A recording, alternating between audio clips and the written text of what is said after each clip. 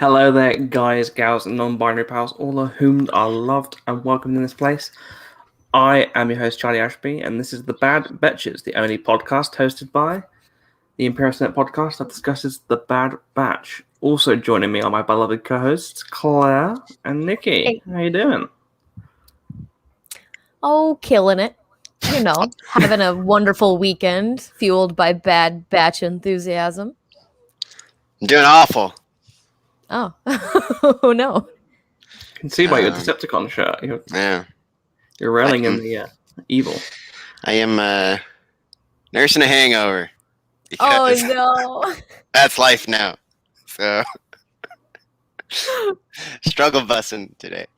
But always a perfect lift to have the Bad Batch come up. The Bad Betches to talk about it. And of course, happy Father's Day to the Dad Batchers out there. Yes, all Dad Batches. Happy Father's Day. Make sure you, I don't know, what do dads do? Like fix something, Sleep. fix the fence or something? Or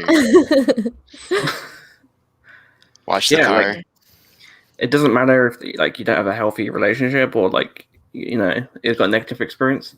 Just find a duplicate of yourself that's a little girl and raise them yourself. Exactly. The way Father's Day was intended to be celebrated. Absolutely. Actually, that's a quick question on this. Go ahead. Do the Kaminoans have any concept of this as well, or do they just see themselves as God? They don't. Do they view the clones as a children of sort to them, or are they just we are creators? I think it's the latter. I think it's neither. I think it's less we're the creators. I think it's more Jeff Bezos looking at an Echo Dot and going that's some pretty good shit. I gotta keep selling. I did that. Let's benefit monetarily. Ultimate content creators, the Kaminoans. Content creators. Maybe that's what they have to do afterwards. They can't sell armies to the Empire, so they just end up selling home equipment. So instead of that little droid thing that comes out in Return of the Jedi and Mandalorian, it's just hello there. There's a market for it. So you gotta do it. Another 99 out there. He's just recording dialogue. Oh man. Hello, brothers. Don't forget, you can go to Apple Music. But yeah, we're here to discuss episode 8 of The Bad Batch, officially the mid-season point, which feels very strange to say, I guess, because I don't know, these episodes feel like they're both taking their time in a good way, but also that it's creeped up on us really quickly. We're here at the midpoint. Halfway done. Oh my god. And yeah, it's funny because we think about these shows being so far in production, which they are, but also there's these elements of later stages that obviously were done nearer the time as well. So it's interesting seeing some of the creatives talk about this on Twitter, how a lot of these choices, and this episode in particular, was done at home and with COVID. Yeah. And you couldn't tell. The show looks so exceptional now, and the lighting and the Joel Aaron was oh yeah, well, we had to do daylighting here and then add it later on and change them. I'm you guys are gods. Yeah. He could be yeah, I was doing a shit. I just made this episode. I was whoa. Adding bits and elements and just fantastic stuff. Yeah, they're incredible how they how they've done it for years and years, and like you said, they did not skip a beat in the pandemic. Not one bit. It's pretty incredible. So all the credit to them. And as well, kudos to them for continuing George's spirit in the terms of it could be very easy for them to be look, we've reached the stage now with especially season 7 of the Clone Wars, and be this is fantastic near live action quality. We get to stop here and just keep regurgitating content. And they're not doing that. They're just continuing to push it as far as they can to the point where there's moments in this episode which was that looks live action.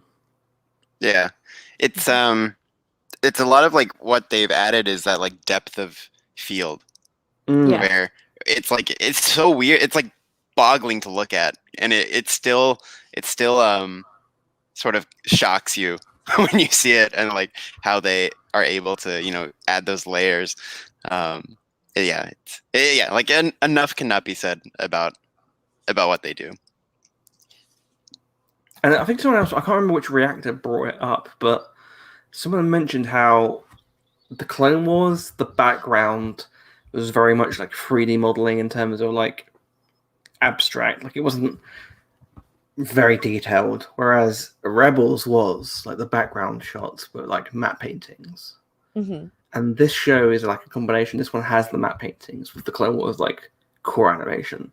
Mm-hmm. And combining those elements, I feel like has been fantastic. Because again, like it's the whole, this is the Clone Wars season 8. It's like, no, it's elements of the Clone Wars, which is natural because it's a follow-up of that show, but also there's these new elements. There's its own thing, and I feel like it looks so good. Yeah, it does. Yeah, they're killing it. They're defining the game. It just makes you like wonder, like, what is next? Like, yeah, what like are they working on now? Like, I'm even just technologically, like, again, I always joke about watching things and like watching like video games in 2007 and being like, oh my god, it doesn't get better than this. Yeah. And then it's like it does, and like, what is better than this animation? Because like, is it not animation anymore? like what? I don't know what is next. It's gonna be insane. Yeah, speaking of like games from 2007 and upgrading, I don't know if anyone's been following my Twitter feed, but I've been playing Battlefront 2 from 2005, which is a game that I adore, and I used to mod it a lot. And I thought, you know what, I'll download it again because I'm bored, and you'd have to pay for multiplayer on this one. It's still free, which is funny because multiplayer is now online thanks to Lucasfilm at Disney, I guess. Like they're like, yeah, we'll let you have that. Started playing it again, modded it up with some new mods, and the effort that goes in that community is ridiculous. Crazy. The fact that I was able to play on Lothal, Malachor, there's the Siege of Mandalore, which is like this really crazy map with like thousands of Mandalorian troopers being led by Maul versus the 5 at first with Ahsoka's helmet, and it was just like, oh, these people, they're good people. And then there's these other maps which are like ridiculous. I think I told you, Nicky, there was a Lord of the Rings map, which clearly uses elements from, I think, EA's Lord of the Rings games from around the same time, and also there was a D-Day map. My goodness! If you're into that, Yeah, wasn't that long ago. You can celebrate in recreation. They took the command post. Take it back. That's exactly how it went down. Yeah. Exactly how it went down. Exactly how it went down. Historically accurate. Yeah, it's true. Like, it's funny how you can take these already great structures that may be a bit outdated, add a little bit more finesse, a bit of more shine. You don't always have to buy something that's really popular. If you just take something that already works and give it a bit of TLC, you'll be surprised. Exactly. This post was brought to you by Don't Buy That New Polaroid Camera. It's being sold. You idiots. 190 quid. Nah, just buy an old one. Fix it. This episode obviously is called what was it called again? Reunion. Reunion. Mm-hmm. We are good at our jobs. Should we start off with the key thoughts first? Because we left last week's episode off in terms of this show with a ominous feeling. A little bit. And I can tell you now, I was like, holy shit, am I right? We'll get to that bit later, but I was like, is that right? Like, oh, I don't want to be right. That's all I'll say for now, but we'll get to it. But yeah, we'll start off with the first part of the episode with chronological order, and we can dive in and out as always, because that's how we do things. And obviously the first point we have is Crosshair gets ready for a reunion. Those pesky scrappers. Little shits, right? But yeah, it's funny you mentioned the ominous feeling, because I definitely started it with an ominous feeling as well. There was a lot. I I mean, you could tell just the communally, everybody was a bit on edge. The creators were like, and, so like I think definitely this was not a calm episode to start. And there were a lot of things, even just early on, that had me on edge. So, but yeah, I mean, but this was a cool way to open. And yeah, I mean, just get it. I think like the first shot is like the stormy, rainy Camino, and it's just like, oh shit, this is not hanging out in Sid's bar, goofing around. Like we're back in the darkness now. And I love the opening. I think it's really cool, and I love that you really start to see more of the layers, like the political layers of these sort of factions going with each other. And the Kaminoans, Lamassu, he's got some shit going on. So Can we talk about how? I don't know if we've seen it, because I always assumed that the meeting room was like the core room for like meetings to happen. That we see in Attack of the Clones, we see it in the Clone Wars, and we see this new room, which seems to be the same room from a few episodes ago. But I don't know if you noticed there was a distinct change when this new guy, Ransom, is in charge. Kamina looking funky. Yeah, it's been empire-ified. It's a little command center of a Star Destroyer kind of feel, combining with the Camino aesthetic. I'm like, we got dark in here. What happened to the light? It was white everywhere. Now it's spooky. It was a Camino aesthetic with the Imperial aesthetic. Yeah. But then like a 70s disco booth. There was like purple like, overlay LEDs. I was like, what's he doing? And he's like, yeah, we get rid of the clones. We don't need them. But also put on some nice vinyl. Like, need some good lighting. He's like a pure I look Twitch best in streamer. purple light. Like, please, Mr. Ransom, we can't give you a new clone. It's like, I don't want new clones. I want a new cool Twitch setup. I want a disco ball. Oh my god, that'd be great, that one. And that's like That'd be purely so going good. into Star Wars, like a New Hope. There's a disco ball. There's like crazy 70s stuff. Everyone smells. That's why I imagine the 70s was like. But yeah, I thought it was really cool. I have a question for you guys, if you don't mind me asking. Remember your first like sexual experience when you think, oh, what's this happening to me? And because I remember it was in the theater watching Revenge of the Sith at the end of the film when we see that Venator ship that's painted all grey, and then we see two V-wings in Imperial TIE Fighter formation fly by with the TIE Fighter theme, and I felt a tingle somewhere. I felt that again this week when we saw another TIE Fighter formation V-wing shot with two V-wings on Camino flying by with the same sound effect. And let me tell you, I loved it.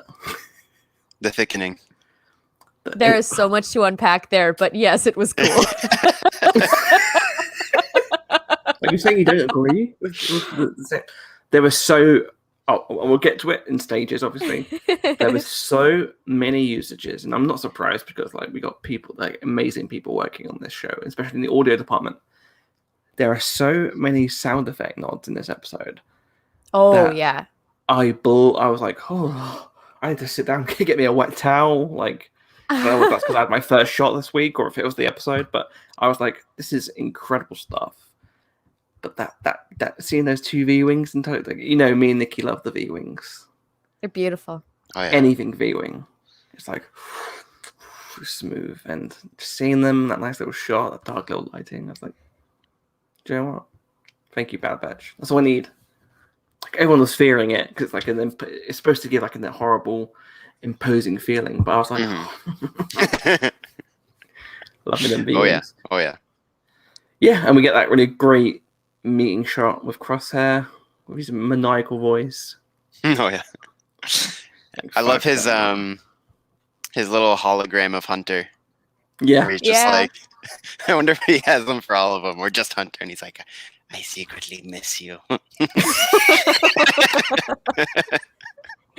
Absolutely. Do you think he's got like a smell-o-vision for the room? Because I imagine that the new Imperials like have cleaned up the Bad Batch. Yeah. He's like, He like Hello, stinky Bad Batch room smell. he found one of Tech's socks like left over. Oh He's like, no. Smells like home. oh yeah, he listens to an audio recording. He doesn't understand why he's doing it. yeah. Oh man, Yeah. there we go. Bob says Charlie likens ROTS to having sex. That's my boy. Well, they're both similar. They're very intense. Pleasurable. There's some crying involved. There's some crying involved. Talking about twins.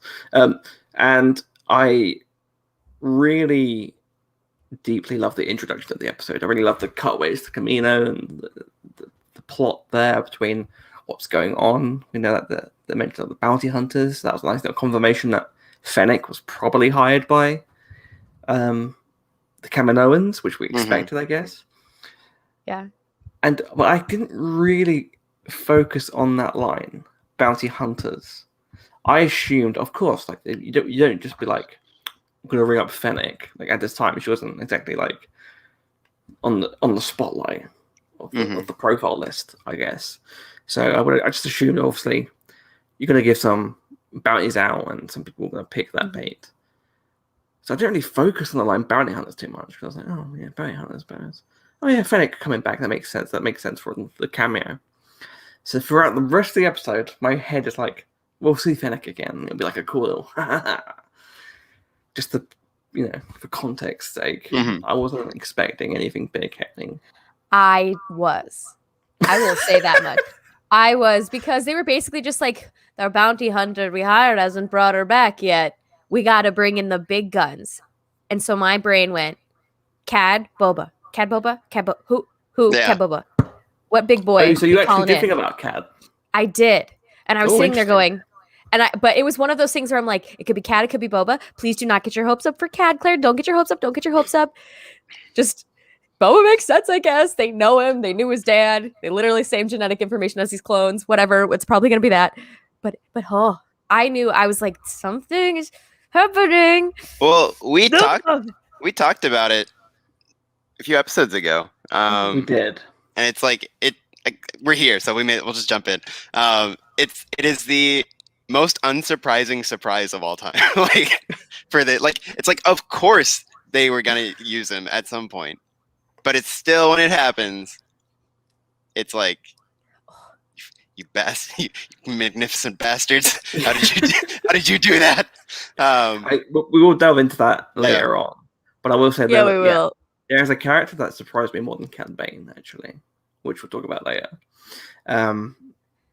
But yeah, I really wait. Sorry, Bob has continued his comment. I don't know if you've had sex before, guys, but that usually happens. Yeah. Oh my goodness. Like, was that good enough for you, Liam? Oh Lord. I'll see you next week.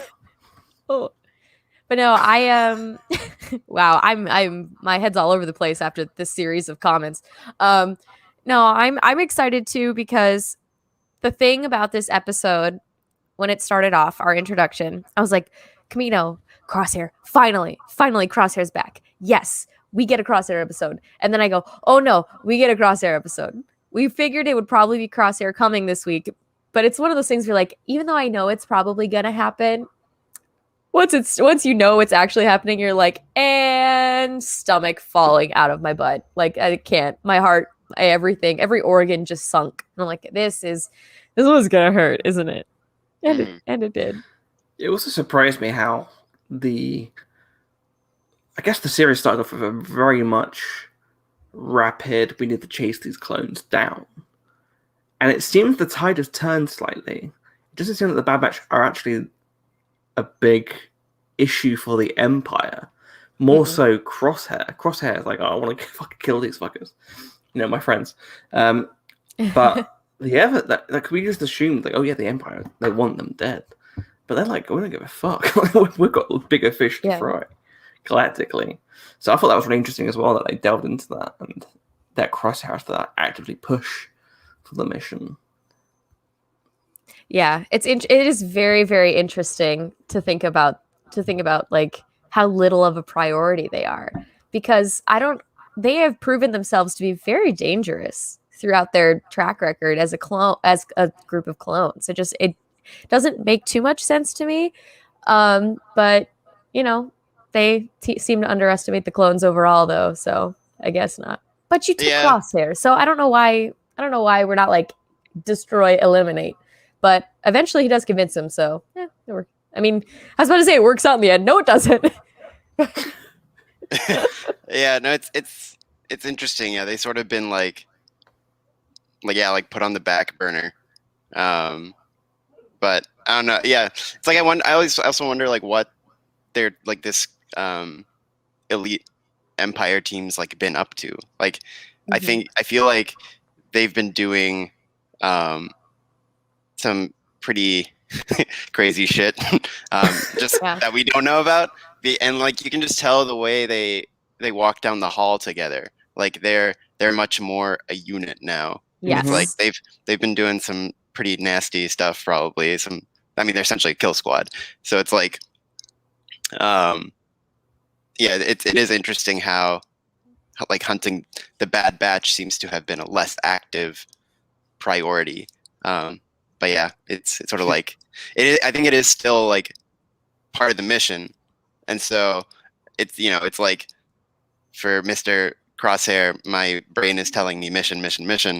I think as soon as that like they come up again, because I guess they've sort of been underground. As soon as they come up again, the re-kicks in. So yeah, that was pretty cool. And yeah, this Rampart guy is very curious. What else he's concerned about at this time? Yeah, I did imagine like the idea of like Crosshair walking back into the cabinet, it's like a horde of dead children and grannies. It's like another one dead. What next? Oh no! But he's like it, but like I guess the elite squad is a bonding exercise, like he said. But I do feel like for Crosshair, even though there is the chip telling him what to do, I still imagine there is some sort of leniency in terms of it doesn't change you completely. There's still like part of your personality exists. So I feel like for Crosshair, maybe these missions feel very trivial compared to hunting down these brothers, which is more of a task, more of a mission. And I guess having that as a not complete in his head must be very frustrating for him. It also, I've been rewatching a series which I love, one of my favorite shows of recent years, and I actually did find a surprising comparison between Crosshair and his new squadron, which is, have you seen Barry? Yes, I actually just rewatched it too. Noah hadn't seen it, so we watched it together. It was so fun, and also not fun. In season 2, there's a subplot when Barry has to train the Chechens, who are very just not good at anything. Like, they're just like don't know what they're doing. And my immediate thought was it Crosshair is Barry, who's like the expert sniper, and he has to train these idiots. And then like halfway through the season, they do become badasses. Like there's this one guy who's like a badass, and it reminded me like they've had some stuff going on between. Like they've had like shenanigans. Crosshair slapped him around the head and said, "You fucking idiot." There's a really great scene actually in Barry season 2 where he shoots the gun behind someone's head and like gets right up in their face. And I imagine that's what Crosshair's been doing. Like he's like, you don't fucking understand. Like it's like take a toothpick, okay? Now bite on it. Like, why do we do this? It's like get the pain out. And I could imagine them doing that behind the scenes and like really working on that. So I really love that too, like the idea of him training. And I guess they mentioned it before, like Rampart's mentioned it before, the idea of clones coming in these training roles. So I wouldn't be surprised if we do see other clone trainers in the future that isn't Crosshair. And I wouldn't be surprised if some of them... Cody, ? Yeah, I wouldn't be surprised if someone name rhymes with Rhodey or Wolf.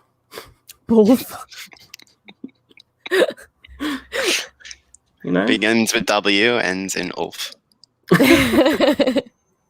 Colin McGregor. Yeah, so I wouldn't be surprised if we see that as well. But yeah, I really love the shots. The ships look amazing, the Imperial ships. There's a scene later on in the episode where like there's like the 3 ships appear, or like when Crosshair goes out to that open bay to get on the ship, he's like, "Bring the ship down to me." And he just Oh, walks and the in. like door opens up. He's so fucking good. Yeah. It's like, oh, that's good shit. Yeah, but we get on to see the doggos agree. This next segment is I wrote this in my best Roger Moore, which is Wrecker's disarming personality, or as Roger Moore would say, Wrecker's disarming personality.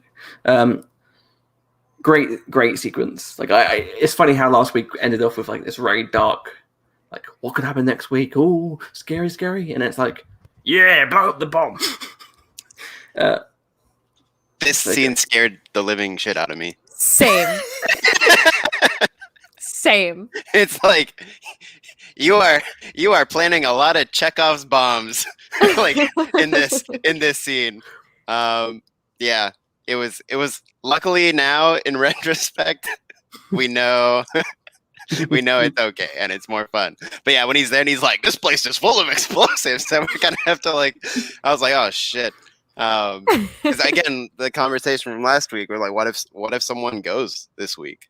And I was just like, man, that's a lot of boom going around, and I was worried, but luckily, I was very worried. Yeah, luckily not today. Yep. Like, I didn't think Wrecker would do that, but also he's been hit on the head enough times. Also, giant scar from an explosion, it seems to look like. So, maybe he might. I was startled. Yeah. I was like, I love you, Wrecker. No, fuck off, Wrecker. Don't do it. Anyway, but we're all good. We're all good. Just scared the living daylights out of us. That bit of dialogue, which I've watched people's reactions to it, made me laugh so much, which is I didn't really think I'd get a live explosion. It was like, so we did. We did. We absolutely did. But yeah, I really loved that. I thought it was really sweet that he actually is trying to teach us something. You know, I don't know what she learned from that, but it was it's a nice little nod later on to the actual bombs. Don't cut the yellow wire. That's what she learned. They're all yellow though, weren't they? Oh yeah, they were. Don't cut that yellow wire. So yeah, it's really cool to see them, you know, bonding and learning new tricks. Again, for all the people we like, I don't know how to describe them. Idiots on Twitter who would be like, "Well, how does Omega know how to disable a bomb?" I was like, yeah, because guess what? When we don't watch the TV, stuff happens off screen. That's cool. Yep. Imagination. What's that? If we don't see the training doesn't exist. Omega's a Mary Sue. This has been my TED Talk. The end. Yeah. Oh, just because she's got Jango Fett's doing that doesn't mean she's doing that thing in there. Like, shut up. Yeah, I really love them sort of going through the wreckage and trying to get as much as they can out of the Star Destroyers and sort of continue that presence of like, well, yeah, this is what we do now. We're scavengers. And there's that little debate, I think, between a few of them where they're like, no, we need to get out of here. Like, Echo's like, Rex told us to leave. We need to fuck off. Yeah. He's like, Echo and Hunter money. Had the exchange of sort of like, again, like the sort of identity crisis that is going on. And I think it's interesting because I feel like Hunter's the one like most affected by that. Like he's, I guess maybe that's like a team leader thing, but like he's the one trying to guide them and be like, this is what we're gonna do, and yay.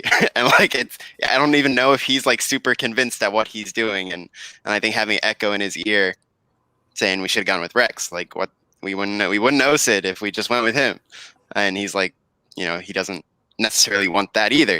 I think he just kind of wants to keep everyone protected and alive, and so that's a really interesting thing. Like also, you would still owe Sid if you went with Rex. You would just be owing Sid and on the run. She's probably knows some people that could find you and make sure you even up the score.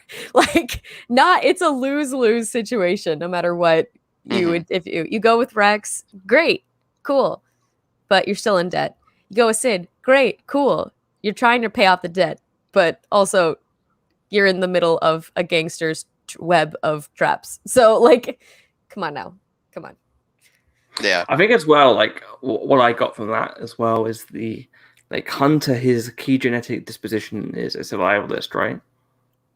Yeah, pretty So- much like tracker so- and Yeah. So this is him continuing that idea of for Echo, it's harder because he was trained to be a soldier, and I'm not saying it's not hard for Hunter because he is also a soldier, but I guess there might be a preposition to him understanding and adapting a bit more easier to that idea because it's surviving. It's a way of changing, and he's trying to push down the rest. I feel like the rest are more easier to oblige by that because one, because of their own traits, and two, because they're a family unit more so with each other than they are with Echo because he's such a new member.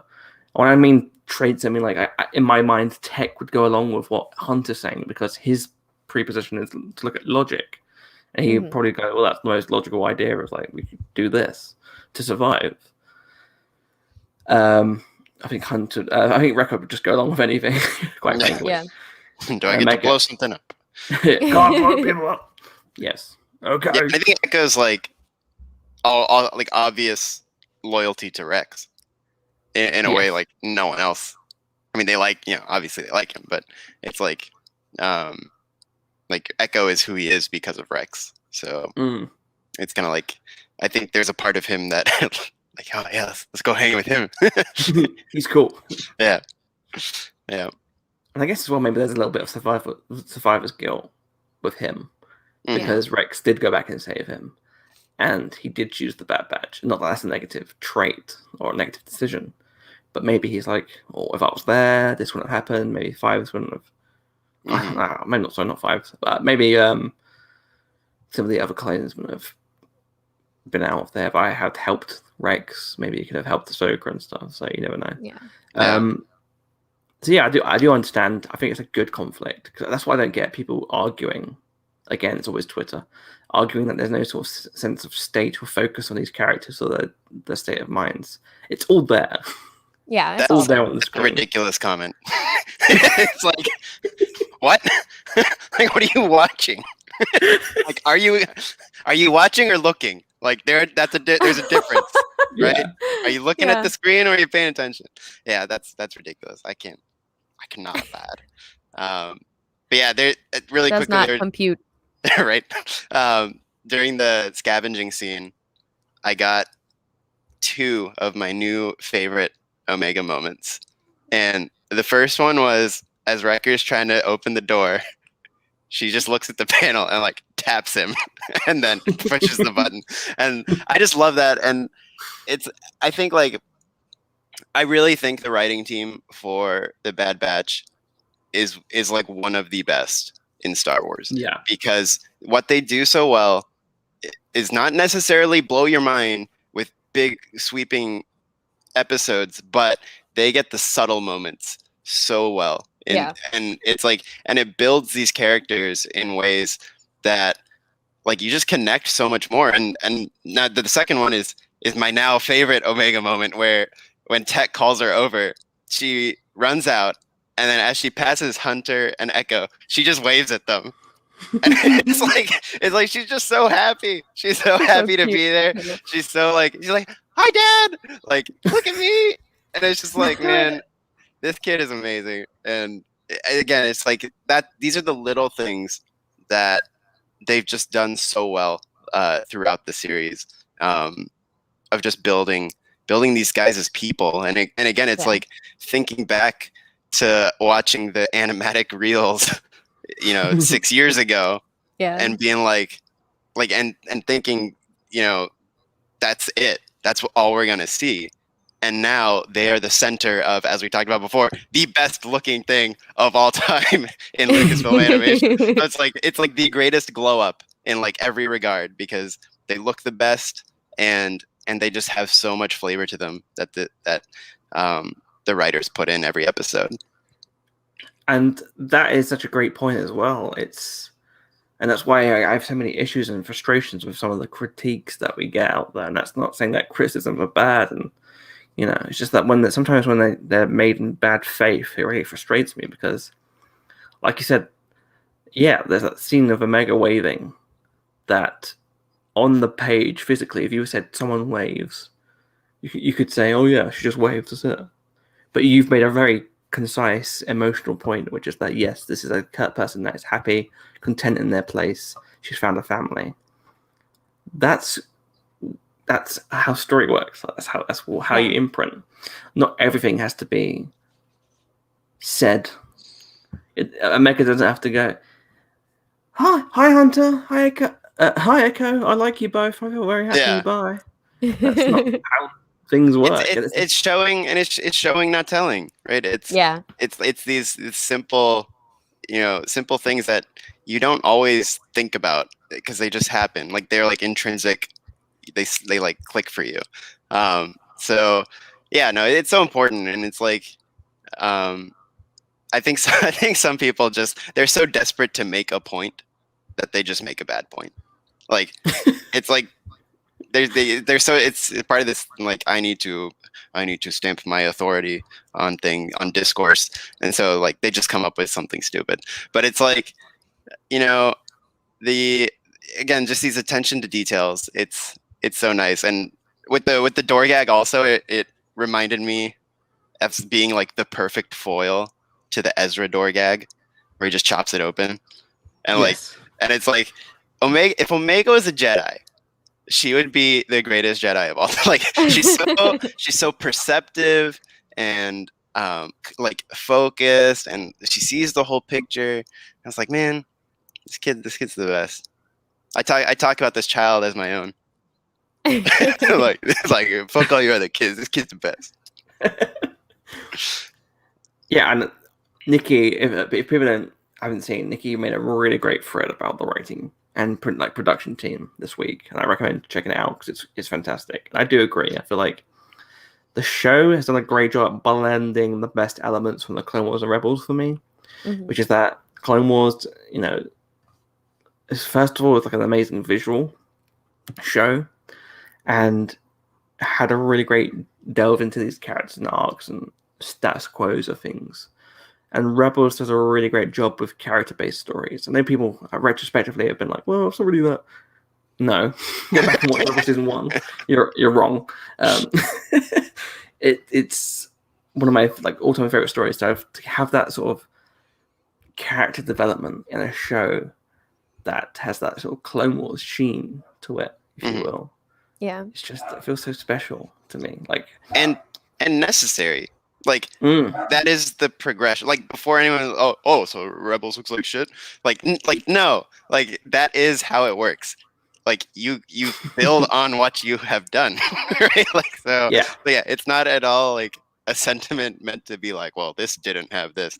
It's like that is the natural progression of a production team getting better, which is what you. Yeah, and with the Rebels thing, it's like, you bring up the obvious fact that obviously the Clone Wars was funded by George Lucas, a literal millionaire. Yeah. And soon to be billionaire. And when you point out that obviously Rebels doesn't have the same budget, people go, "Oh, so you're saying it's bad animation?" I'm like, that's not what I'm saying. What I'm saying is that they changed the outlook of what they were going to do. They couldn't do the same things they could with the Clone Wars. So what they would do was they took a stylized approach, which for me, I don't know if you know this, but I absolutely fucking love the animation style Rebels. That using the McQuarrie designs and having that Vader, that's one of my all-time favorite Vader designs of all time. It's so good. But that's using what you have, and it's literally it's the taking the straw and turning it into gold. It's what you do with what you have, and this is the same thing where it's like you said, Nicky, like now they have the budget, now they have that extra stuff. It's not like they're gonna go, well, we can just go back to what we went with the Clone Wars. No, they're gonna keep pushing further because that's what ILM did, that's what George Lucas did, that's what Dave Filoni does, that's what Jennifer Corbett does, Brad Brown. All of these people come from the same train of thought, which is that story comes first, and that, but also the way we tell those stories have to improve. And and it makes me wonder now, like, just that whole conversation, like, what the next, like, there will be another show, whatever it may be, what that animated style is. Because, like, obviously, linking Bad Batch to Clone Wars makes sense, right? Like that's that progression. But like, whatever X show comes out, do they stick to this style or do they totally reinvent it? And then maybe that goes back to the what comes next thing. Like maybe the style is so new and different and unlocks all sorts of other ways to use the technology. So yeah, it's very interesting what it's going to be, and it's just necessary. It's so necessary to keep pushing and reinventing. Yeah, absolutely. Also, it's just cool to see Red got some prone torpedoes. Yeah, and we will get to what he does to them later, because that's exceptional. Let's move on to the next point we have, which is, of course, they're here. Let me just say, tech not great with kids. No. We call him the dad batch. I think Crosshair's probably the worst with kids. I think Tech is next. I'll say this though. I think we all know a few people like Tech. Yep. Yeah. Very self-assured in sure. their own, I guess, understanding of facts. And there's a difference between being factual and I don't know, emotionally aware. Yeah, like intuitive. Yeah. I think that's the thing. It's like they all have their missing pieces that are supposed to complement off each other. Mm-hmm. And I think that's it. Yeah, the different types of intelligence there's all sorts of things. You can have social intelligence, you can have spatial intelligence, you can have all different kinds of intelligence. The social intelligence is not quite there for Tech, but that's okay. That's okay. They all have their strengths in different areas, and that's the beauty of the Bad Batch is they all create one cohesive team that sees the whole picture, except for Omega, who already sees the whole picture. She just needs the world experience to teach her the ropes. I mean, let's just talk about the whole fight sequence, though. I thought a great way to show the severity of the lengths that the Empire will go to, or specifically Crosshair's team, to get these people. Yeah, it's perfectly staged. Like, yes, every piece that moves in, and also let me shout out Hunter having the flashlight attachment on the pistol was really fucking cool. I don't know why, it was just really fucking cool because I guess we've never seen that in sort of the clone army. Like they're always on the helmet or whatever. But yeah, having it like on the pistol felt very like special forces. So that was fun for like the Bad Batch sort of aesthetic. But yeah, like, and it was amazing having like Crosshair knows the tricks. Yes, he does. Yeah, right. So like they catch him, in the torpedo room or whatever. Yeah, it was just perfectly staged. The tension, the dialogue. I loved the Hunter, Crosshair, Omega thing. Again pushing the chip narrative, kicking that forward a little, building tension. So yeah, no, it was just again like superb stuff. That whole showdown. Yeah, and it was kind of topical for me because this week I rewatched the Shadow of Malevolence arc in Clone Wars where we get introduced to that exact ion cannon. Which I was like, wow, look at the universe, like just making it happen for me this week. What an incredible like new angle on that technology. What a cool place to stage a final showdown. And a creative way to get out of it. Yeah, Crosshair's there, and he does know all the tricks. He's at least one step ahead of where they're going, and he knows what to do. But they're learning a few new tricks, I guess. They also have that pure unbridled. What I love about the Bad Batch as a team, and what I love about it, just reminds me of what I love about Star Wars is that pure unbridled chaotic energy that a family who love each other but are brought together have, and it's the trying to work out how to survive the situation and then screaming at each other. It's Mhm. pure Luke, Claire, and Han in the compactor room Mhm. and going, "What the hell do you mean we have to shoot the priest?" Yeah. Like, oh, yeah, it's obvious, isn't it? We have to explode the engine. Like, So we excuse me? get fried or we fall. Great. 2 great options here. Yeah. And again, like going into this episode thinking, "Oh, someone might die."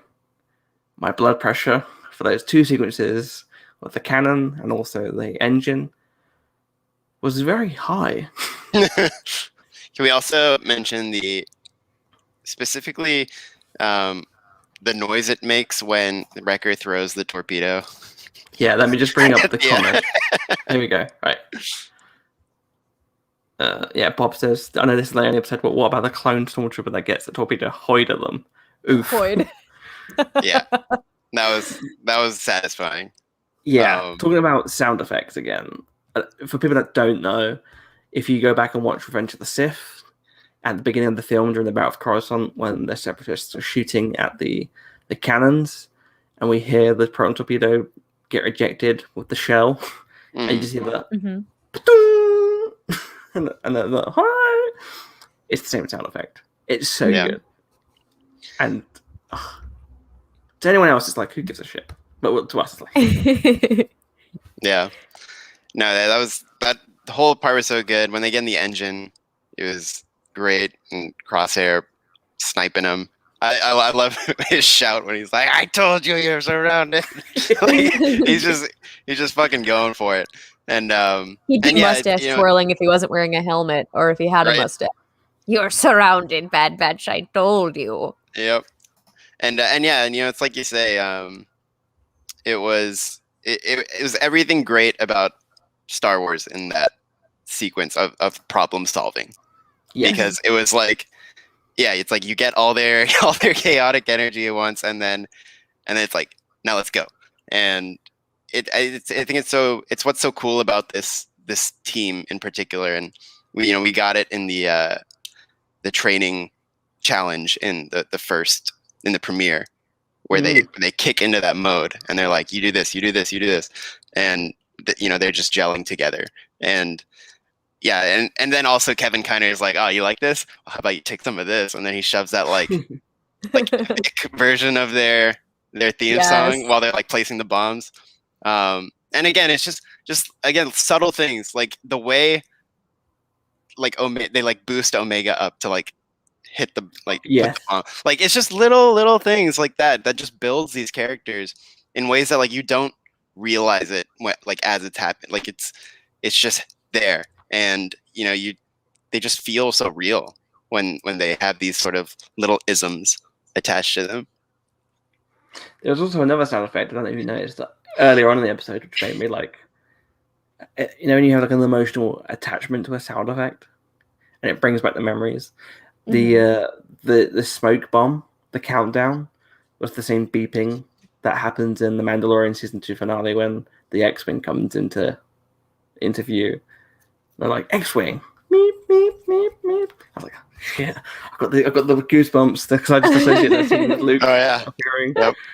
I was like, oh. So yeah, it's funny how you use a sound effect and it can, bring those effects and feelings into the whole of it. But yeah, it was great seeing them throw a proton torpedo at someone. Fucking stupid, but I love it. Yeah, like the cat and mouse game between Crosshair, who knows the Bad Batch's formations and tactics, but then also the Bad Batch doing what they do well, which is like making up on the spot. And I think Crosshair kind of forgot that a little bit. Not forgot, but like didn't appreciate that fact on his own. And then you see the back and forth.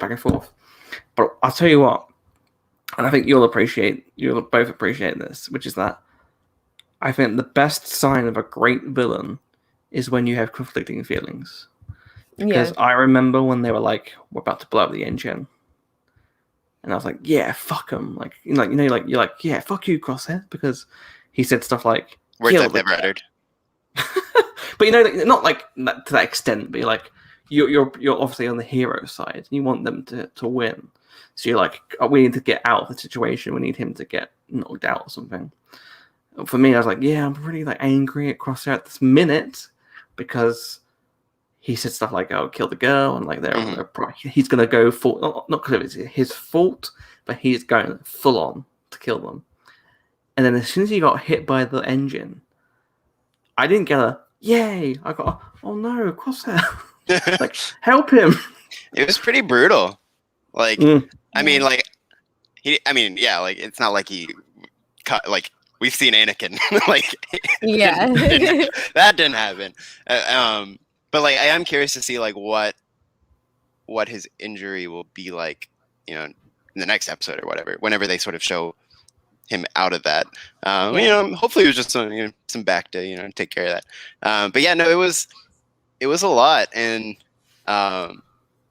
also with that, I also, and then the stuff that happens a bit later, it was one of those moments where it's like, oh, he's coming back. Like, I think I swung pretty far in this episode on team. He's definitely not gonna stay bad.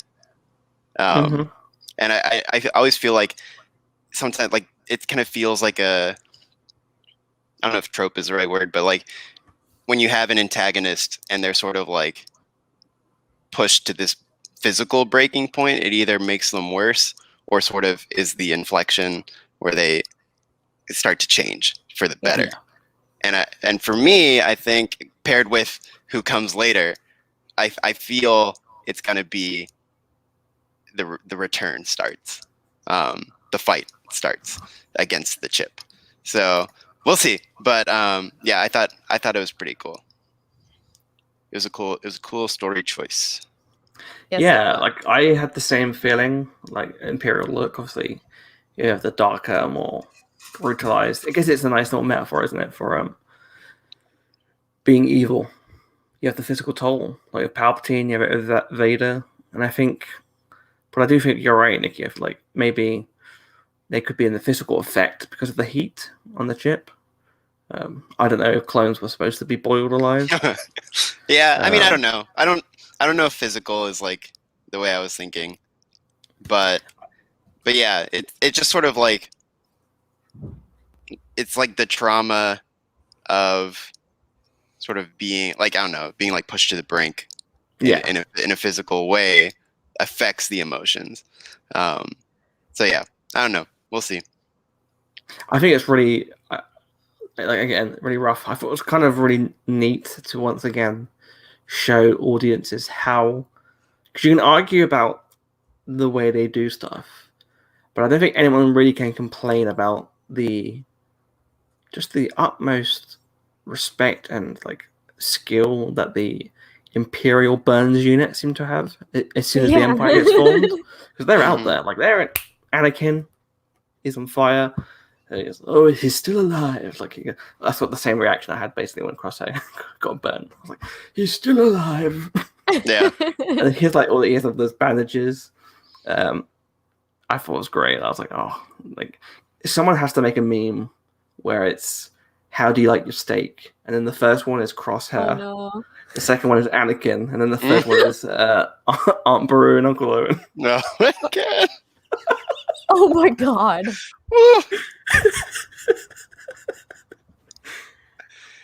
I'll take a rare. If you pick Uncle Owen and Aunt Beru, you're a savage on multiple levels. On multiple levels.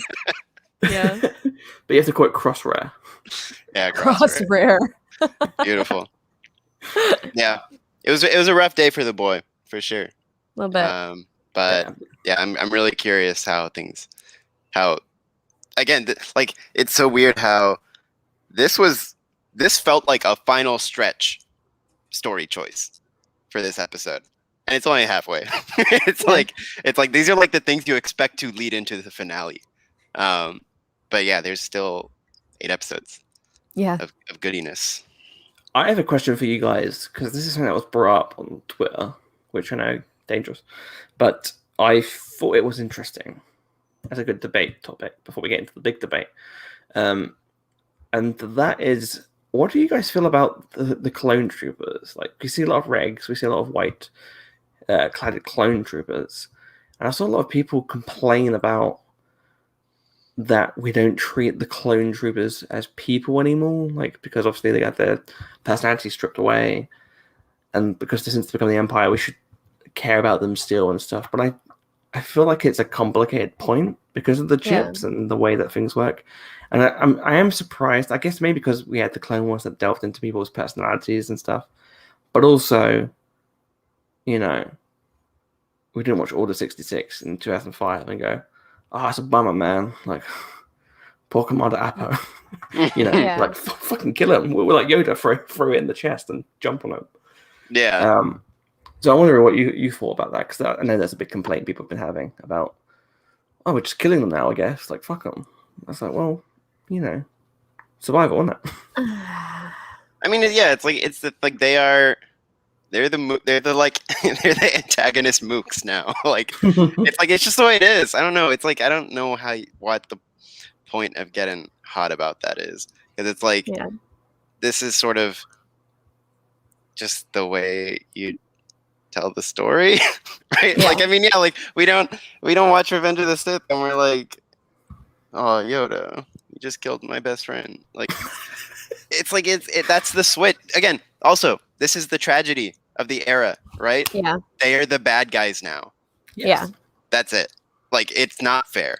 No. And so, yeah, it's like, it sucks. And also, I didn't like super listen, but I wasn't like super sure either if they were all still clones. Yeah, I didn't think they were because we heard female voices in with the group of Crosshair's team. Yeah. We're phasing it out. But in the beginning, you mean in the earlier episodes of the season? Is that what you're talking about? No, I assumed so Crosshair's team is in the elite squadron. They're recruits. They're recruits. But the white cladded clone troopers, I just assumed were still genuine. I think a lot of them are. I think a lot of them are. Yeah, I think a lot of them are, but I also wasn't sure if they had started phasing people out in that. Which I mean, still, it was like fucking killing people, but like I feel like part of the thing too that Clone Wars made us care about all the clones by letting us focus on specific clones and their personalities and learn about them and their brotherhood by specific small stories to make you care about the big picture. And right now, I do think that the Bad Batch, and especially having Rex in the last episode, makes you care about the individuals. But they couldn't do anything up until that point. They just couldn't. They just didn't know what to do, how to check out ships, why it was malfunctioning, and I think that we will probably start to transition to a little bit of they're the bad guys now. That's just how it works. But also, like, I think that when we meet back up with Rex, we're going to get back into that. Brothers, save our brothers. But that's not really helpful to the situation right now, because now all of these faceless, like mindless, I guess. Yeah, the automatons are coming for Omega. And so, that's the priority storytelling. But Rex has hinted that he's going to save people. So that's what is going to, eventually we will. And before we start like clutching pearls at like the clones dying, like let's not forget the Clone Wars itself had a lot of gallows humor with the way clones died. So like let's not act like this is some weird sin they're committing, because even when we loved them, there's good thing those bugs can't aim. Right? Like there was plenty of that too. So or the AT-T that steps the clone. I can't remember what that is. Is that in the film? Oh, it's Siege of Mandalore. Siege of Mandalore. Yeah. It makes me laugh. Yep. It's just the way the things are. And I feel like you said, it leads into the tragedy. The tragedy is that Rex is like, I know a few people, we're going to come out, we're going to save them. We know he doesn't. We know that he ends up retired with his two weird friends, both dealing with PTSD, extremely, getting shit money from the government, fishing for sandworms. You know, that's not saving the brothers. That's it's And Dan makes a great point here. Like the Siege of Mandalore arc, the Bad Batch has their brainwash clones never remove the helmets. Yeah, because they're automatons. And even then, I would imagine that underneath the helmets, they would have had regulated haircuts and no tattoos or anything like that again. So I feel like, it'd be interesting. Will be interesting to see where we go from there. But of course, we can't end this episode without talking about that big reveal that Claire is very happy about. Yes. Hello, little lady. Blew my mind away. I wasn't expecting it at whatsoever. But again, it was one of those things where we talked about Cad Bane returning, so it wasn't like a major surprise. And then little Seth Green came out of the corner. I was like, that was the bigger surprise. Toto lives. I'm like, damn, Toto, where did you come from? How many Totos does he have? Just hanging around. Honestly. I like to think he just repairs the same one. I would like to think that. Didn't he blow one up in the temple? He did. Yeah. Man. Oh, fuck you. I'm scared for this one already. Yeah. We really lost the foot. Yeah. Yeah, he already lost my booster. Oh man. So good. Yeah, I mean, that was a great return. I wasn't expecting that whatsoever. That was a nice little, holy shit, Seth Green's back. Yeah, what a great surprise. Great cameo, great music, great costume. Every single line is an action movie line out of Cad Bane's mouth. It's all like the most badass thing you've ever heard. And then he says another thing, and you're like, oh, no, that was the most badass thing I've ever heard. Oh, wait, he's still going. Okay. It's cool. the new theme. The Western. Yeah. That was fucking cool.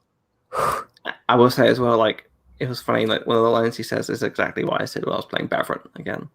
Which is like, I fought so many clones. They're all the same.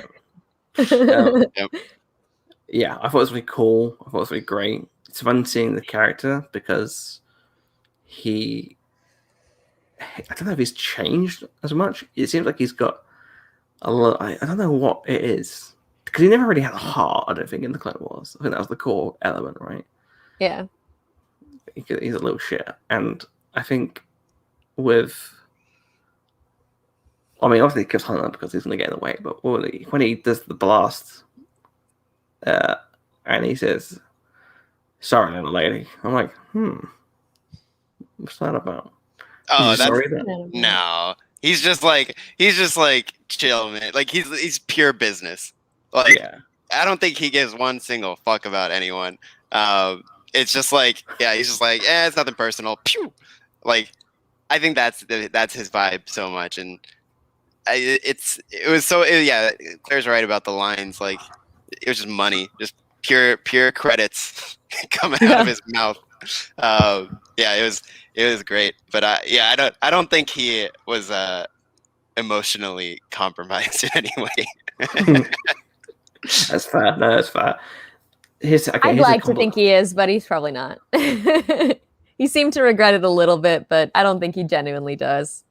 Maybe he was like, I wish I had the pillow, at least. And that's it. Maybe that's as far as it goes. like a pillow for your head to land on. And he's like, Toto, bring her in. And it's just like bumping her head against the rocks. Oh my god. It's like, when people were shooting, like they think about what C-3PO had to do to get Padme on board. Like, oh no, Padme. Oh no. Just grab her by the feet. He just swings around. I really thought it was a really great shot. Again, it's nice to have those Western elements. And then people go, oh, why do they have Western stuff? Well, yeah, it's like anything in Star Wars. You got to have all of those elements at some point. That was the moment I was scared that I was right. And I predicted it. I was like, oh my God, I made the Sixth Sense. Like Haley Joel Osment, have I just predicted death? The sixth, he sees ghosts though. He doesn't make predictions. Maybe he's dead. We don't know that. He's like, he took Omega. I thought it was really interesting Oh, I was close. I think I might give it to me. From a non-biased point of view. Half point. Half point. Okay. I'll take that. The partial credit must be given because he got I'll take whomped. that. Yeah, he did. I was like, Yeah. oh shit, are we gonna kill Hunter? And close. And also, I have to say that great POV shot, which is the best. I feel like that. So cool. Because I remember when they spent a lot of work trying to get that done for Rebels. Do you remember the episode with what's his name? Why do I always forget? Callus, isn't it? Callus. When they did the episode with Callus and it was through Imperial eyes, and Dave Filoni said they wanted to do the whole episode as a POV shot, and they said they couldn't do it. I feel like this was them going, but now we could if we wanted to. Like it was that good, and also Republic Commando. Yeah, the HUD. I think that's one of my also favorite things because they did it with Gregor in the when he puts the suit on and like covers the droid D-squad to get to the ship, and they did the same thing with the same reticle. So like I thought that was a really cool touch to put that in Hunter's helmet as well. Very cool. All right, should we get into the debate? We'll make it too long. We'll make it too harsh. The right, debate Claire? About Cad's hat being too small. Okay, we'll get into this first. Okay, I'm okay with the hat being smaller. I don't either. Oh. Nicky, you can leave the podcast. Please don't leave the show. I mean, over this. It's just I don't know why he downsized his style.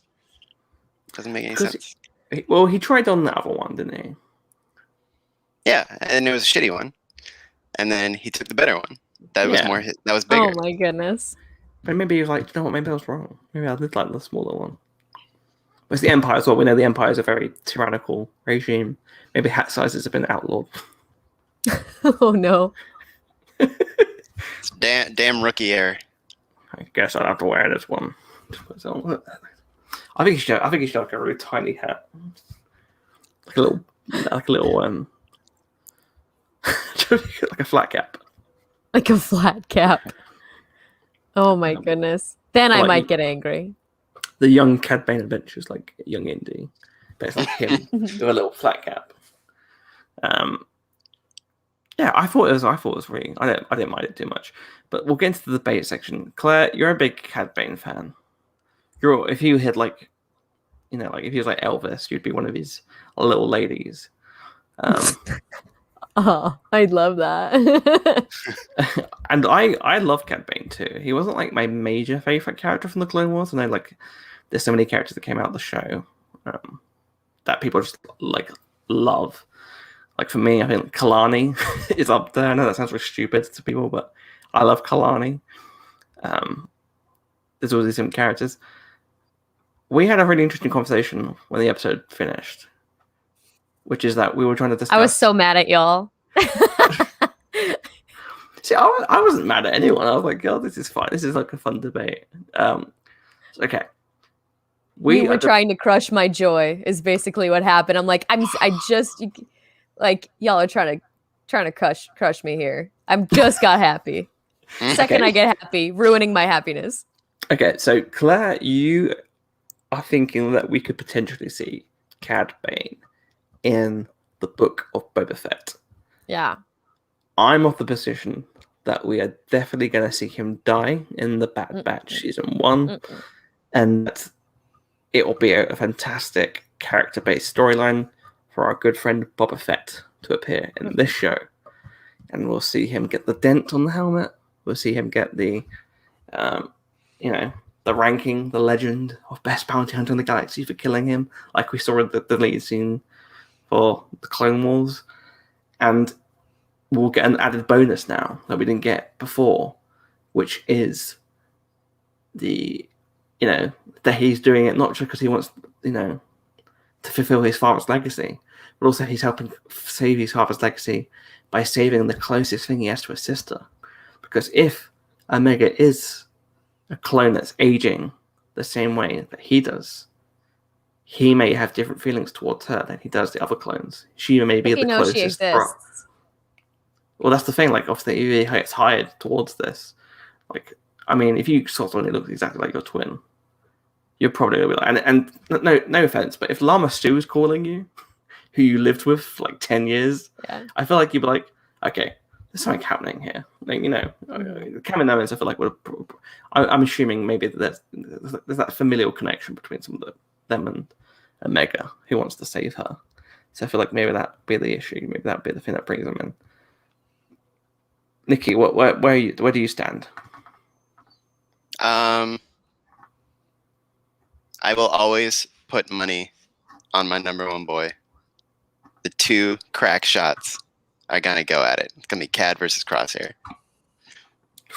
And interesting. Like this is what I was like hinting at before. Like I think the introduction of Cad Bane is very big for Crosshair, Team Crosshair back, because it's very much that classic introduce the third better villain, like the third actual villain, and I think I'm just super intrigued.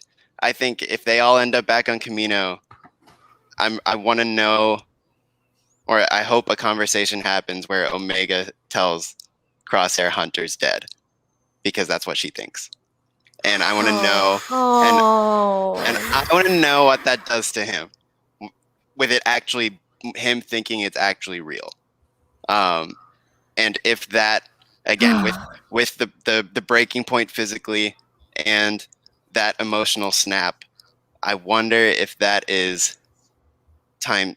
That's like where you can start seeing pushback against the chip. And I think, yeah, introducing Cad as this new, again, like actual better villain, as opposed to I'm being brainwashed villain.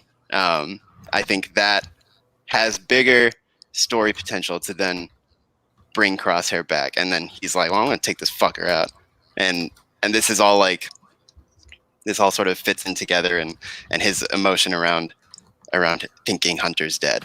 So I hope those are things that builds out of it. As to whether Cad dies in this season, I don't really care. I think either way is awesome. I was, again, like bringing up Boba, I was ready for Boba to show up. Like when we saw the bodies, I was like, this is Boba or Cad, right? Like, so I think it makes sense for Boba to show up. I think we always thought that, like, they don't waste anything. They don't waste those animatics. So it's like, it'd be cool if the batch is in the presence of that showdown. But I also don't know. I don't think it's a necessity. I think the batch can handle Cad Bane themselves, if need be. But then also, it's like, it'd be fucking cool if he's in the the live action show. And again, when we talk a lot about the shows working hand in hand with the production schedules, and I think introducing Cad versus Boba in some capacity can service the Book of Boba Fett. So it's like, it'd be cool. And also, we don't actually know. There's no conclusive evidence of him dying in that duel. Exactly. So we don't actually know. So I mean, it kind of like it's a good spot of anything can happen. But I do. It is heavily implied. It is heavily implied, but they can bend the rules every now and again. People that have seemed more dead, like, have lived. So exactly, nothing's in stone until nothing's in stone until Force Ghost disappear, or the next writer decides to have them again. Right? So but I do think, or I hope this is Crosshair back. That's kind of my primary focus on Cad. Interesting. So that's where I land. I'm somewhere in the middle. Okay, well, I love this. I love this conversation because it we joke about arguing and stuff, but I actually love it because it's three great stories that could potentially happen. For me, my only issue with the Book of Boba Fett thing is that, and it's not even an issue. It's if they do meet, I want it to be flashback, not present. I don't think Cad, and actually, to be fair, we talked about this on chat, and you made a really good point that actually, I hadn't thought about, which could change my mind. And this is the beauty of Star Wars. I could say all day, I don't know how, I don't think this would work. And then they could show Cad Bane like eating an Ewok off a cliff. And I'm like, you know what? I guess it works. And at this moment, I don't think he would be around. I feel like he would definitely get involved on Han. But you made a really great point that if he's on the run from the Empire. I haven't said my side of any argument yet. Oh, sorry. Yeah, you like y'all have gone. Y'all haven't let me go. I'm too excited. My thing is right now, Cad Bane took a job with the Kaminoans who are doing things, and he's literally sitting there going, for whatever the price, I'll do it. That's Cad Bane. The paycheck's big enough. As long as it clears, I'll do it.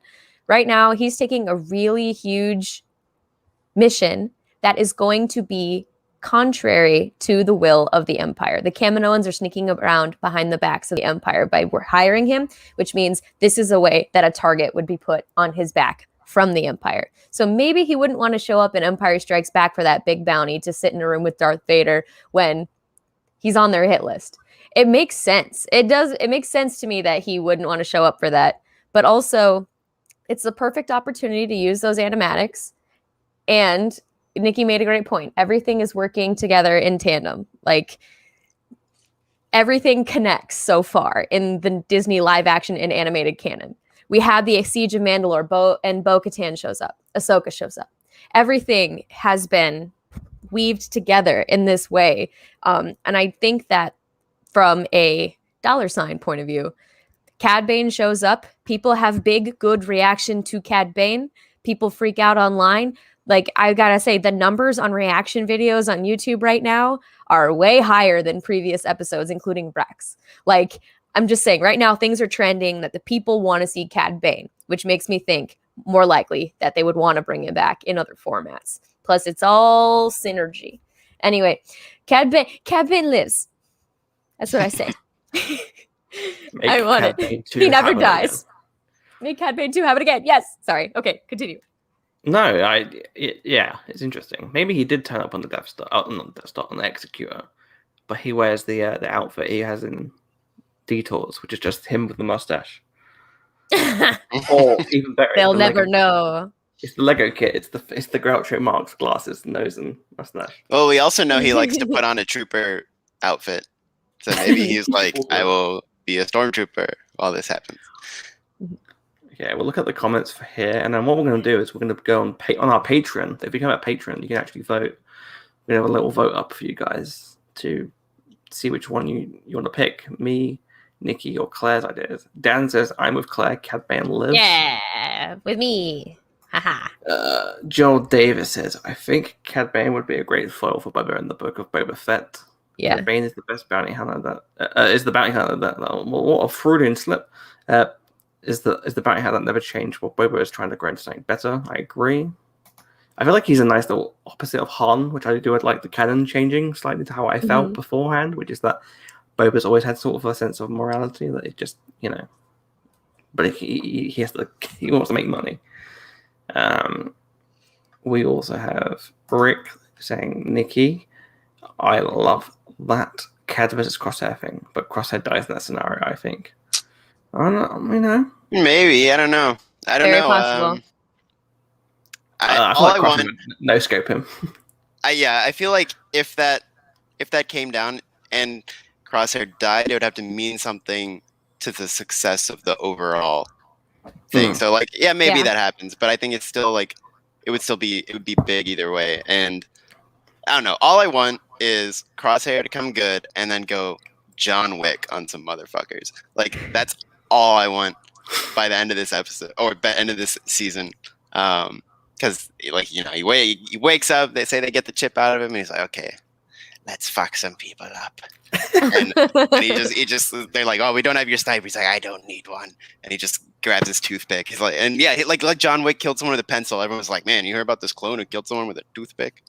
So yeah, I just want Crosshair with a toothpick and a blaster, and he just goes to town. But yeah, Cad versus Crosshair, I don't know. If they kill him in this season, I would love for Crosshair to be the one to do it. If they do it. But I'm not married to him dying. Okay, we have Cap Slat that says Boba Fett. And then Rick finally says, if Cap Bane dies, I'm suing Dave Filoni. Well, I feel bad for Dave Filoni because apparently Twitter is suing him as well. Get in line, Rick. All 6 people. It's going to be interesting to see where that goes. Again, if you become a patron, you'll be able to vote for our official poll. We'll talk about that next week on next week's episode. So we've got our 3 points. Looks like it's at the moment currently trending towards Claire and then Nicky and then me. Which is funny because I'm going to be right. I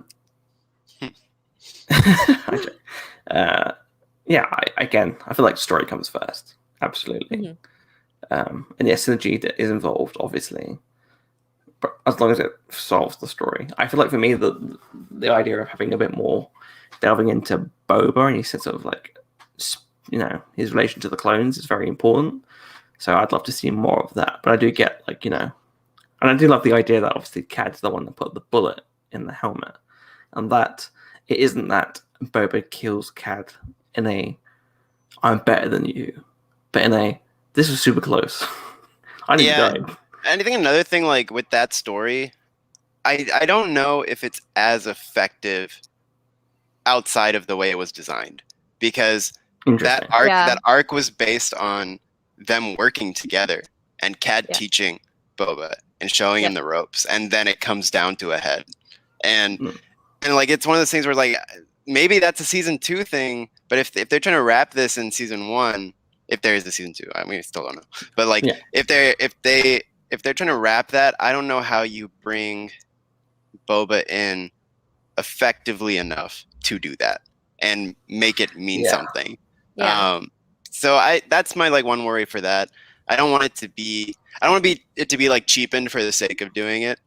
But it's obviously I don't need to like reiterate my faith in the team. I firmly believe that. I firmly believe they'll do the best thing. But yeah, I think I would only worry that there's not like the dedicated time and space to give to Boba killing Cad to like mean what it would have meant had that original story happen. I see your point. I do. I will say, I feel like the team, you're right, the team do have these elements and these storylines were created at a very specific point of time and place. Boba, definitely, that whole story arc is built around the fact that he worked with Cad and that they taught him some stuff, and he literally gets the new armor, he gets the dad's armor and becomes the Boba, But I also feel like Lucasfilm and the team have done a really great job at implementing these previously not told stories and then changing and altering them, sometimes in subtle ways, which isn't as important, sometimes in bigger ways. For example, like the Martez arc wasn't the Martez sisters arc originally, it was the dude, the love interest. Or subtle things like, having Paul Bettany appear in the Siege of Mandalore. Like those small things. So I feel like, and I trust the writing team. So like, I see your point. I think it's a mixture. Like, maybe if there's a season 2, it could be that case. But I feel like they could do it. But also, you're right. It's like, how much can you push into one season? Mm-hmm. And and it's like in the end, like you said, it all comes down to like what's best for the Bad Batch. Yeah. So we'll see. We'll see. Maybe it'll be like. Although I will cry. Too. Oh.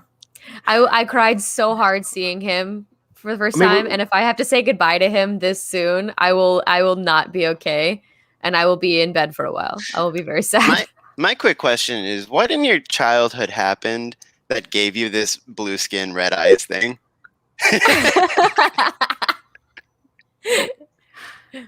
I'll save that for the other. Save that for your therapist. Very much so. Very much so. I do have a thing. Yeah. Chist and Duros. It's consistent, at least, Yeah.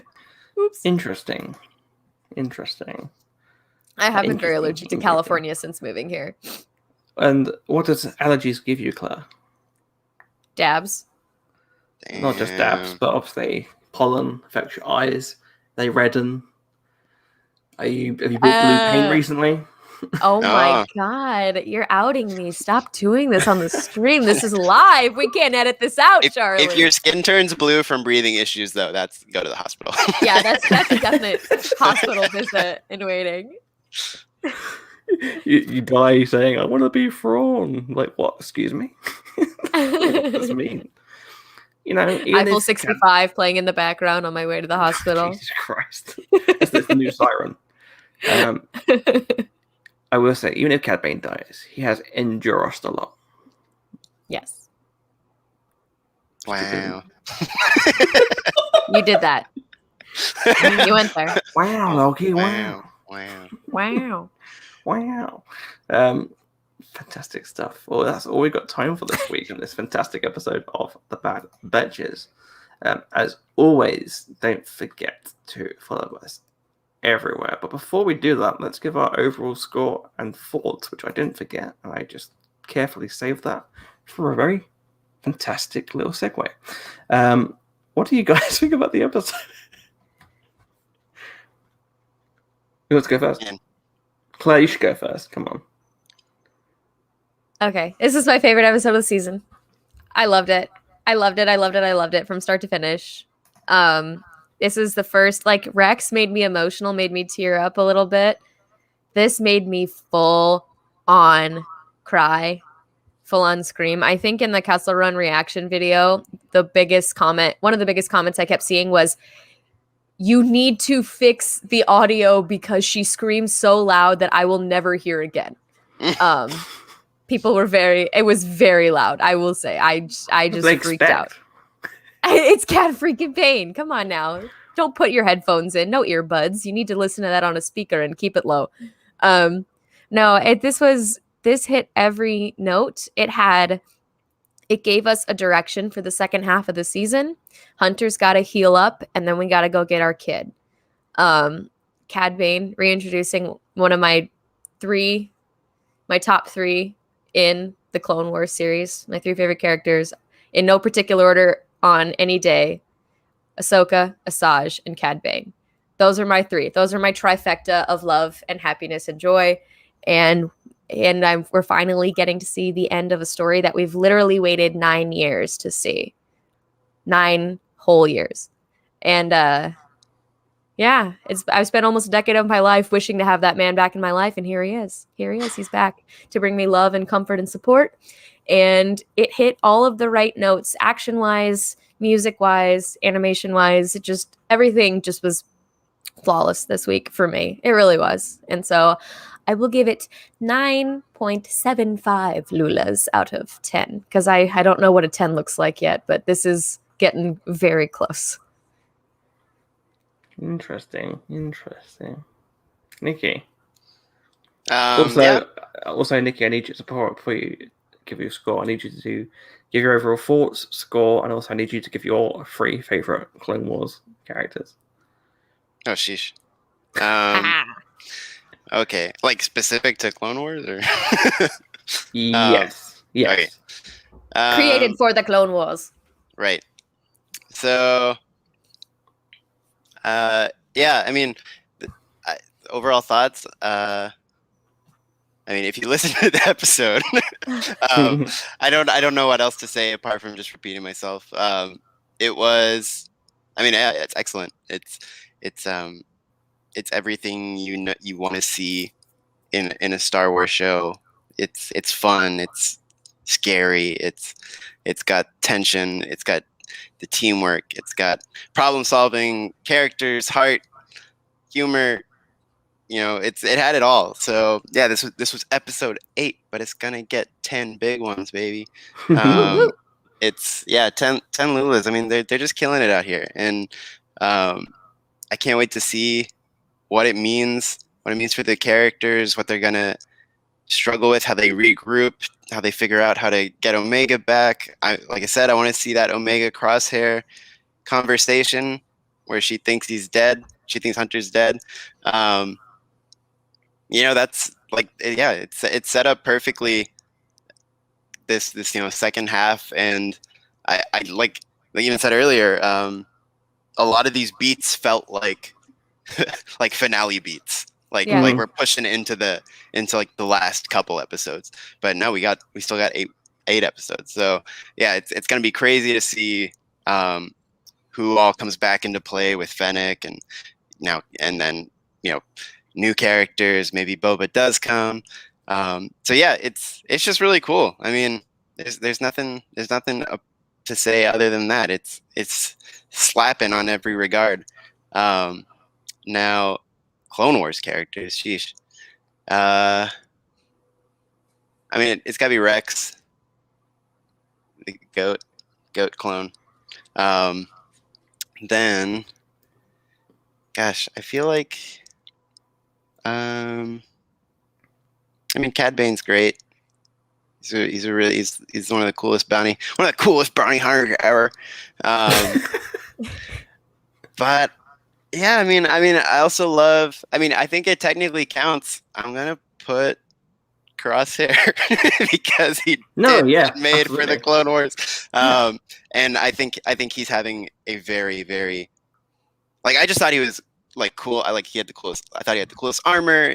I love snipers, love sharpshooters, like in squad based stories. So like when he came into the Clone Wars, I thought he was very cool and just automatically stuck. And then now with this show, I think he has one of the great, interesting, like antagonistic storylines. And I think there's a lot of potential for different outcomes with him, and I think that's really cool. I have the ones that I want, but there's a lot of potential for that. So I think just for pure amazing story beats that are currently happening and being originally designed for the Clone Wars, I'll stick him in there. And then fuck it, I'll keep Cad Bane in there. It's a cool dude. Yeah. That's a list that I'm sure is not accurate depending on how I wake up tomorrow. Like there's too many people to think about. Perfect. Yeah, this episode I feel like was great. Like absolutely fantastic. Animation again, the standards are ridiculous. There are a lot of really great swipes, transitions in the episode, which I love. Very George-like ship landings and formations, which I do. Very, very specific. I know it sounds really weird, but there's a very specific way George did ship movements and landings, which I feel like the best way that we've seen them so far in the new canon, apart from the animation, which I feel like is always good, is Rogue One and The Mandalorian. The two best ones at doing that. Again, the character development between all the characters, the discussions, the exploration of characters, and not just saying, I feel bad because of this, does this. Or Echo going, I'm kind of a robot. Oh, isn't that sad? Like, we don't need to hear that. Like, it's all there and, outwardly. I really did love the episode. I thought it was really great. Again, like, the way in the episodes and the writers get emotions out of you no matter what. The fact that I was able to be angry, but also very concerned for Crosshair, even about 5 seconds. Great stuff. The shock, the character return, I thought was pretty well done. Again, I think it's very funny and hilarious how people complain about small galaxy syndrome. Quick tip, and this is a really fun fact for people to learn. In the real world as well. So, if you put out a bounty, what happens is that there are these people called bounty hunters, and they go to collect these bounties. And if you're a very good bounty hunter, people will probably pick you to get the bounty. And also, if you're good at your job, you might go out and do it. So let's just say there's a character like Cad Bane, who was a notorious bounty hunter at that time period. If he appears in the show, it might be because he's doing his job. Does that make sense? Does that make sense to you? That's Do you like having fun? I think that's the bigger thing. It's like like, what are you getting out? What are you getting out of that? Like, just to put a really quick discussion thing in your thoughts section. Yeah, sure. I am really intrigued at the story of how he got out of jail. Because I'm pretty sure last time we saw him, he got locked up. And it's and but He's I like, have this. It's like Arkham. I have this thing where it's like, I hope like the story that I'm kind of hoping is like, I like the idea of the Empire letting these people out. Yeah. Like, if you're like, we might need them. Leave the doors open, right? Like, I think that's so like unbelievably like scummy and like shitty, and like makes it a great thing for the Empire to be like, we need dirty people to do dirty work for us sometimes. So what if we just sprinkle a few out there to do some stuff? And Cad was in that group of scum that they let loose. It's funny you say that, because that's a really great idea. Like, the idea that the Empire are specifically creating shitty people to do their jobs without they can clap their hands away. Yeah, I think it's a bit more evil than that, in the sense of realism. Not that this is like in real world this is a bad thing, but I feel like it's just Grand Moff Tarkin was going for the budget. I went, they're overcrowding. Release them. Yeah. I don't want to feed Cad Bane. He can go off and feed himself. Yeah. Go on, bye-bye. And like, I think it fits with that. Like, in Solo, we see the officers on Dryden's ship, right? And like the Imperial officers just hanging out amongst the sort of the rabble. And so I like that idea. I like this, weird relationship that the crime lords and the Moffs and the governors have with each other, of you scratch my back kind of thing. I think those Lords of the Sith novel. Yes, I was about to say that. Yeah, 100%. Had that character. I can't remember her name, but she had know. that character where it's Been like, too long. Yeah, but she she rides that line of I'm an officer, but if it helps me out. So yeah, that we. Right. So I like the idea of Cad getting out, because the Empire likes to keep some options in their pocket. So they're busy using all that money on the Jedi execution and interrogation chambers, like we've seen in Fallen Order. Oh yeah. Gotta find some money in the budget somewhere else. Yeah. Emperor Palpatine's like, we need a really cool dark chamber to torture those fuckers. Like, okay, well, we'll give you the money, but we have to release these criminals. He's like, oh, fuck it. Fine. If you insist. I don't know where I was. Yeah, Cad Bane coming back makes sense to me. Who would have thought that character from the Clone Wars would return on a show that is continuing aspects and themes, or just animated, right? All the time period. Yeah. Makes sense. Logic. It's funny how that works. Yeah, it's funny when they use the toys in the box. Yes, it's almost like this is a story for fun. I think that this episode has no immediate critical fault that I can find, or at least nothing I can really stick upon and go, no, I don't know. And we joke about debating and stuff. That's, to me, that's all good stuff. That's not only is that giving us fun content to absorb and watch, but it's also giving us something to discuss about in a really fun and entertaining way. It's given me things to think about for the first time.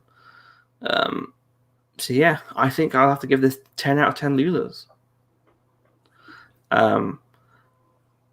Which I think the ratio bumped. Should we just say 10 out of 10 overall? Yeah, we'll round it up. It's basically, right, cool. Yeah. Like 10.9 something. My favorite. Oh, okay. For this episode, like Nicky said, obviously this will change all the time. But today, my 3 favorite Clone Wars characters will be, and this isn't in order, okay, so don't worry. Kalani, Zero the Hutt, Zero. Me with Gascon. Me. What a winning 3 you have chosen, Charlie. Bunch That is of winners. I want them to be in the new version of Three's Company.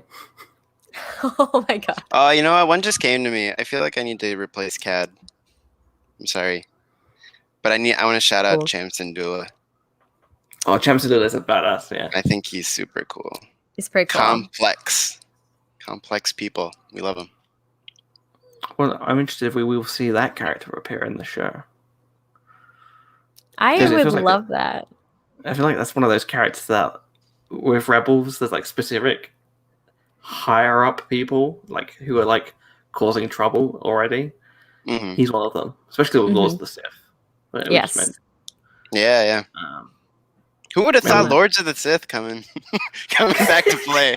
I didn't know I we love that started book. this. In the year 2021, referencing Lords of the Book Sith. was fun.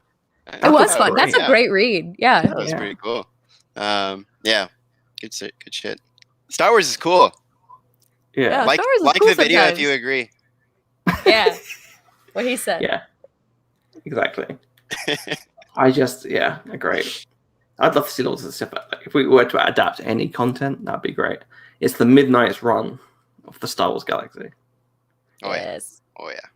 Yeah. Well, that's all we have time for this week. Thank you so much for joining us. But you can find us elsewhere doing other stuff, other cool stuff. So who wants to go first? Let's go in. Nicky, you go first. Cool. You can follow me at Niquitious on the thing right there. For my random ramblings, my currently very Euro 2020 focused ramblings, which my Hungarian boys Yeah. held the mighty France. The mighty France could not beat my Carpathian Crusaders. I was waiting for this to come up. I was waiting for this. What a glorious day to behold. Anyway, We can beat Germany, but not Hungary. even then, you needed an own goal to beat Germany. So Oh. what a day. But yeah, that's where you can see me shouting about those kind of things, and of course, Bad The Batch. 180 from the beginning of this tournament to now. With Nicky yeah. What a Clare. wild ride. Yeah, this is an emotional journey that is rivaling the Bad Batch. But yeah, and then you here can we also go with Bob. Yes. Scotland won 0-0. We won. Yeah. Sorry. That was you can follow my other show, One and Done Film Club, where we do watch along commentaries for certain different franchises, and that is, you can follow that at one, the letter N, Done Show. We just recorded the finale of season 1, and that was pretty darn good. It's over a little something you might know as the Star Wars prequel trilogy. So we watch a prequel movie and talk about it, and you can find out which one we watch when that episode comes out. And yeah, definitely if you like that kind of stuff, you like just conversation about those things, give us a follow. We put a lot of heart, a lot of ourselves in this passion project. So if you want to come share in the fun, just give us a follow and listen in.